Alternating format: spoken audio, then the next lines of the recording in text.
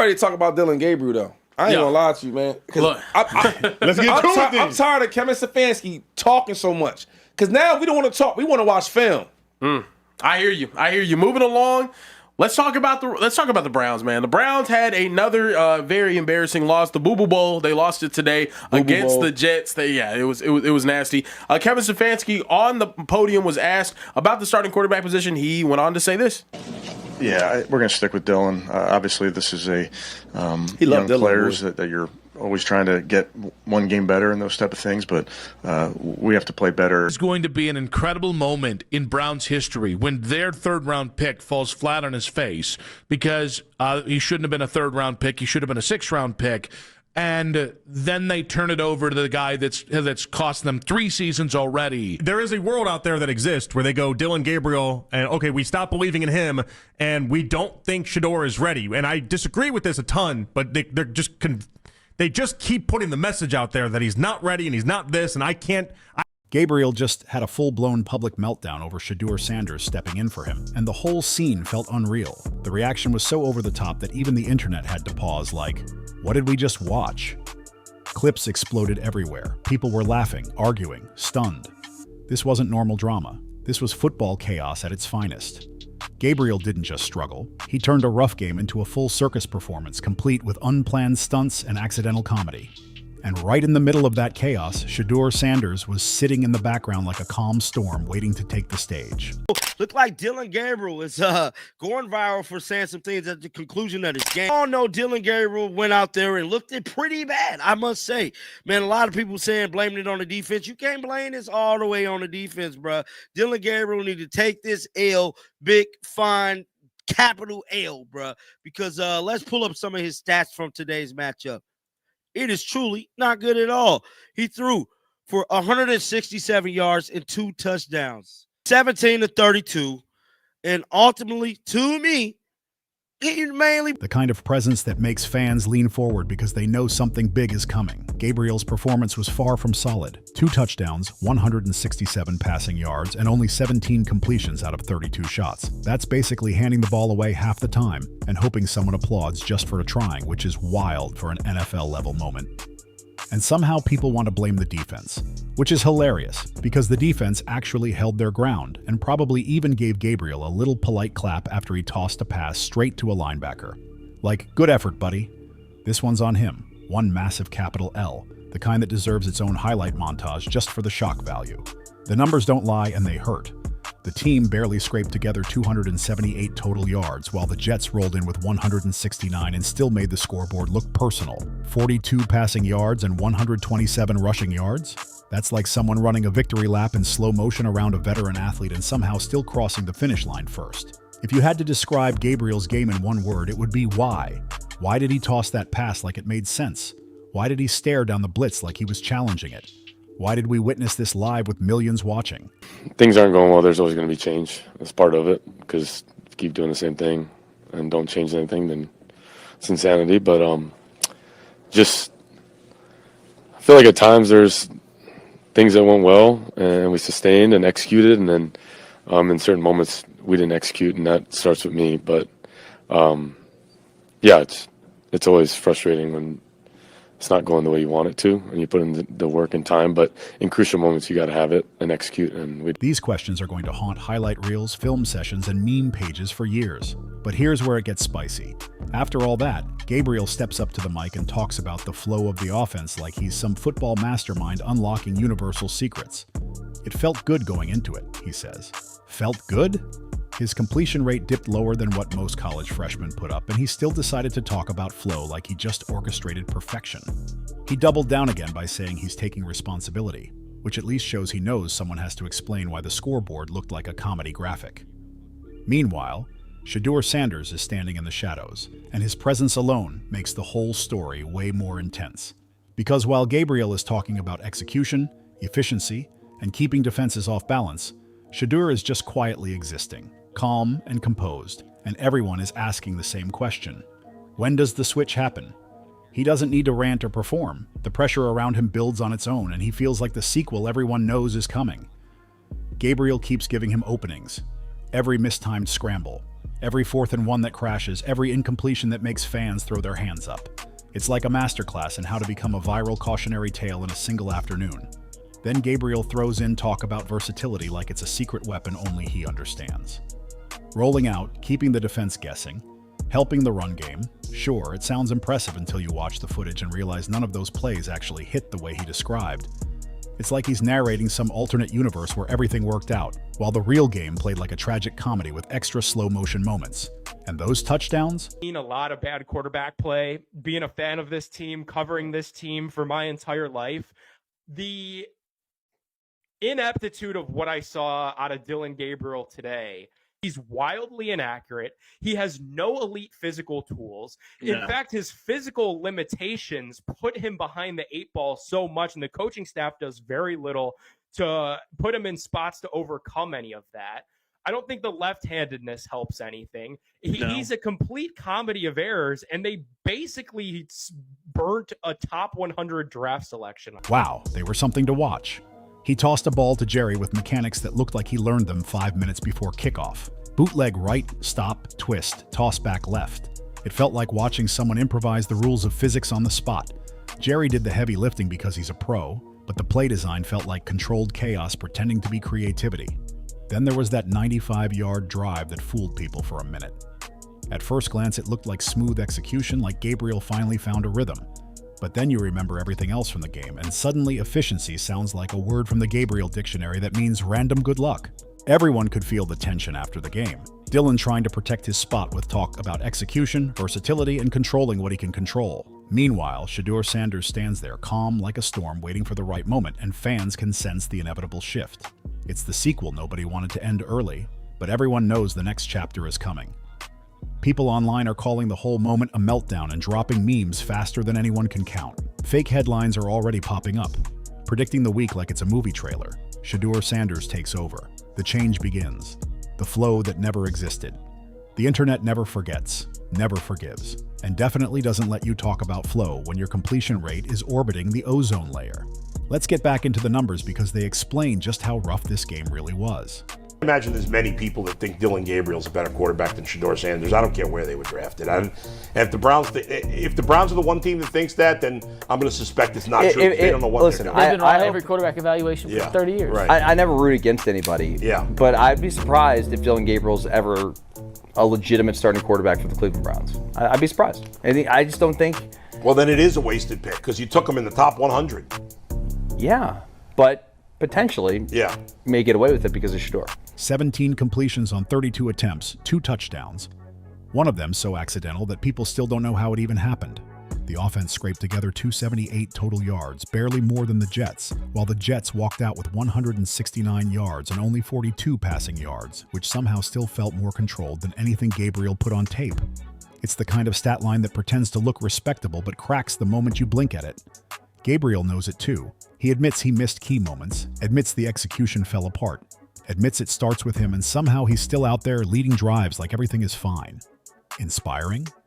Only if your definition of inspiring is watching a live demonstration of why teams keep backup quarterbacks ready to go. And that's where the Shedeur Sanders angle hits like a cliffhanger that everyone saw coming but still can't wait to watch unfold. While Gabriel is talking about rhythm, communication, and moving the chains, Shedeur is standing there like the plot twist that hasn't entered the script yet, but already owns the next scene. Gabriel keeps saying he's focused on controlling what he can control, but the whole football world knows the real pressure sits 10 feet away in a helmet. Every sack, every off-target throw, every drive that collapses. It all gets magnified when Shedeur Sanders is waiting on the sideline with that calm, locked-in energy that makes fans whisper, "It's time." Versatility, and you want to have that. You want to move launch points. You want to keep the defense off balance. It helps the run. It helps the O-line. Helps me. It helps everyone involved. And I think the more versatile you are, it helps. But, I think that in general helped us throughout the day. You were able to get Jerry more involved. I know that was a point of emphasis. So is that something, as you look ahead, do you think that's something that you guys can build and grow on? Yeah, Jerry's a great player and want to continue to do that and play. It's like watching someone juggle knives on national TV while a master chef stands behind him holding a spotless set of tools and a safety net. That's Shedeur's aura. Steady, sharp, and ready to flip the whole situation the second he steps in. Then there's the whole communication dynamic. Tommy versus Kevin. Gabriel says the flow feels great, says he's comfortable, says the rhythm is there, but then one false start or tiny penalty turns the entire drive into a puzzle he can't solve. That's the comedy in this whole mess. Every time he talks about rhythm, fans immediately think about every 3 and out that followed those same speeches. It's almost poetic how unintentional this performance was, like watching someone try to fix a leaking pipe while water sprays out of every direction. And then Gabriel tries to shift into positives by talking about getting Jerry involved. Sure, feeding your best players is smart. No idea, but I'm willing to see what's behind door number 3. I'm willing to make a change for change's sake. Because what I've gotten over the last 4 games with Dillon Gabriel is a guy that I have serious questions about whether or not he's an NFL quarterback. Seriously. So what does Kevin Stefanski want out of this? I don't know. I'm trying to figure out whether or not Kevin Stefanski wants to be the head coach of the Cleveland Browns. Because to continue to stay the course with Dillon Gabriel based on the body of work that we've... But doing that while you're also the reason the offense keeps losing momentum is wild to hear. It's like complimenting a chef's recipe while the kitchen behind him is full of smoke and ringing alarms. Gabriel is aware, reflective, apologetic. That's nice. But none of those things change the scoreboard. And the internet catches everything. Every meme, every clip, every reaction is turning into a countdown timer for Shedeur Sanders' viral takeover, and everyone knows it. Because here's the truth. This story is heading toward one direction, and Shedeur is at the center of it. The looming replacement makes every quote about efficiency or momentum sound like unintentional comedy, and fans love every second of it. Gabriel talks about the run game helping rhythm, talks about execution at high levels, sustainable drives, all that good football vocabulary. Then in the same breath, he brings up the 3 and outs like they're just a minor hiccup. That's like bragging about having a high-performance car and then admitting it only starts half the time.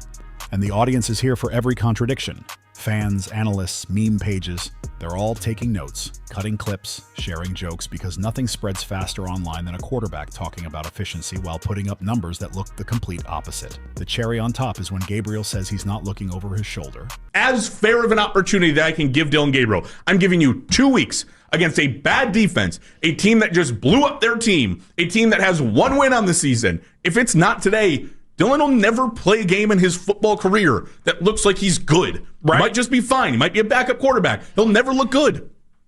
Well, and nobody's expecting him. Like the expectations with Dillon Gabriel was never really franchise quarterback. But like, if you play poorly today against the Jets, you might effectively play your way into being off this. Says he's focused on what he can control. Says the pressure doesn't faze him. People love tension, sports drama, and a little rivalry spotlight. And Gabriel is unintentionally giving all 3 in huge doses, while Shedeur Sanders stands there looking like the calm, prepared option everyone keeps wanting to see. And the viral storm outside the game is already rolling. Social media is in full sprint. Memes, tweets, stitched videos, reactions. They're flying around faster than any completion Gabriel threw all game. Fans are breaking down his words, analyzing every hand movement, every expression like they're decoding some secret message. Shedeur Sanders ends up becoming the silent headline, the future solution, the punchline, and the promise all at once, just by standing there and waiting for his shot. Gabriel keeps saying the team has to play better as a unit, and now the whole moment has exploded across the internet like a wildfire. Every fan has an opinion, every meme account is cooking, and every highlight reel pairs Dillon Gabriel's toughest plays with that cold, unbothered Shedeur Sanders stare from the sideline. It's rough, hilarious, and impossible to ignore, and the wild part is, it just keeps rolling. Gabriel's talking points about flow, rhythm, and efficiency turn into fresh material every time he opens his mouth. Every clip. Me that this offense has any confidence in Dillon Gabriel whatsoever. Like he ain't got it, man. I don't know if it's he's too small, his arm strength is trash. I don't know, but he's not it, man. There's no way he can keep going back on the field like this. You going against a defense that traded away 2 of his best players. 2 of his best players, and you could only put up 167 yards? It was either an overthrow, an underthrow. Becomes a punchline. Every off-target throw becomes a new reaction video. And in the middle of all that noise, Shedeur Sanders sits calm and silent, the perfect opposite to the chaos. Fans don't know whether to feel bad, laugh, or count the seconds until the switch happens, because Gabriel's performance is turning into a mix of awkward reflection, painful mistakes, and full-blown viral comedy. The stats, the decisions, the memes, Everything is lining up for Shedeur Sanders to step into the next chapter and take the spotlight like it belongs to him. This isn't just football anymore. It's internet theater. It's game day mixed with entertainment. And honestly, everyone is winning except Gabriel. But the content is so wild, he's basically giving social media new material every minute. And Shedeur's calm presence in the background only makes the entire storyline feel even sharper. The story isn't close to finished. Next week is already building up to be even crazier. Because as soon as people think they've processed all the chaos, it somehow escalates again. And then Gabriel goes into his classic, let me explain the philosophy of football mode, talking about rhythm, continuity, and planting seeds for the offense. Seeds? He says he's planting seeds, but fans joke you can grow an entire garden in the time it takes him to finish talking about momentum. The funniest part is, none of those seeds ever seem to grow into touchdowns, drives, or actual success on the field. Meanwhile, Shedeur Sanders stands in that same imaginary garden, not planting anything. Just standing tall, like a giant oak, ready to overshadow every single thing Gabriel's trying to build. That's the tension. On the stat line, doesn't look too bad for Dillon Gabriel, but there were some throws like this one right here that we have pulled up. There were some throws just like this, just bouncing a football down on the ground. There was another one right here where he just completely overthrew. This is bad, y'all. This is a really rough one, fellas. Does Stefanski deserve to be fired over his handling of this offense and honestly? You don't even need Shedeur to take a snap to feel the pressure he brings. Every missed read, every hesitation, every sack makes the Shedeur is ready narrative louder. Then Gabriel goes into the post-game breakdowns about executing in crucial moments, and you almost want to pause the clip, because the irony hits instantly. Crucial moments? Those crucial moments were happening right in front of thousands of fans while he was deciding whether to throw, run, or apologize to the Jets defense for what was about to happen.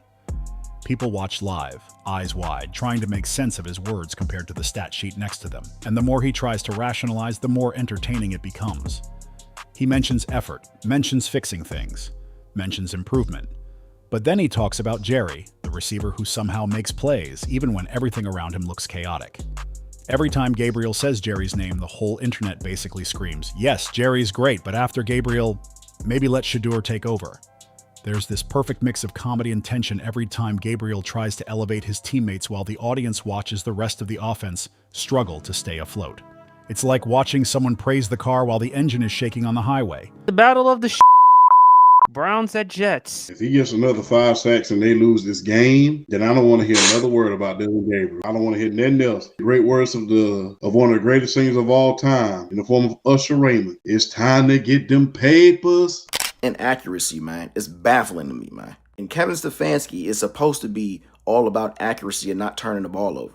You can't tell me he's more accurate than Shedeur Sanders. You just can't tell me that.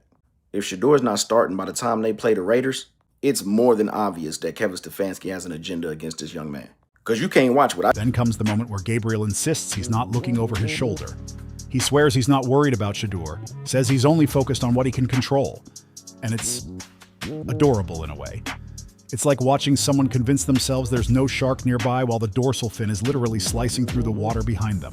The backup quarterback isn't just another player. He's the walking symbol of accountability. And Gabriel keeps talking about rhythm, efficiency, and flow, while every fan is thinking the same thing.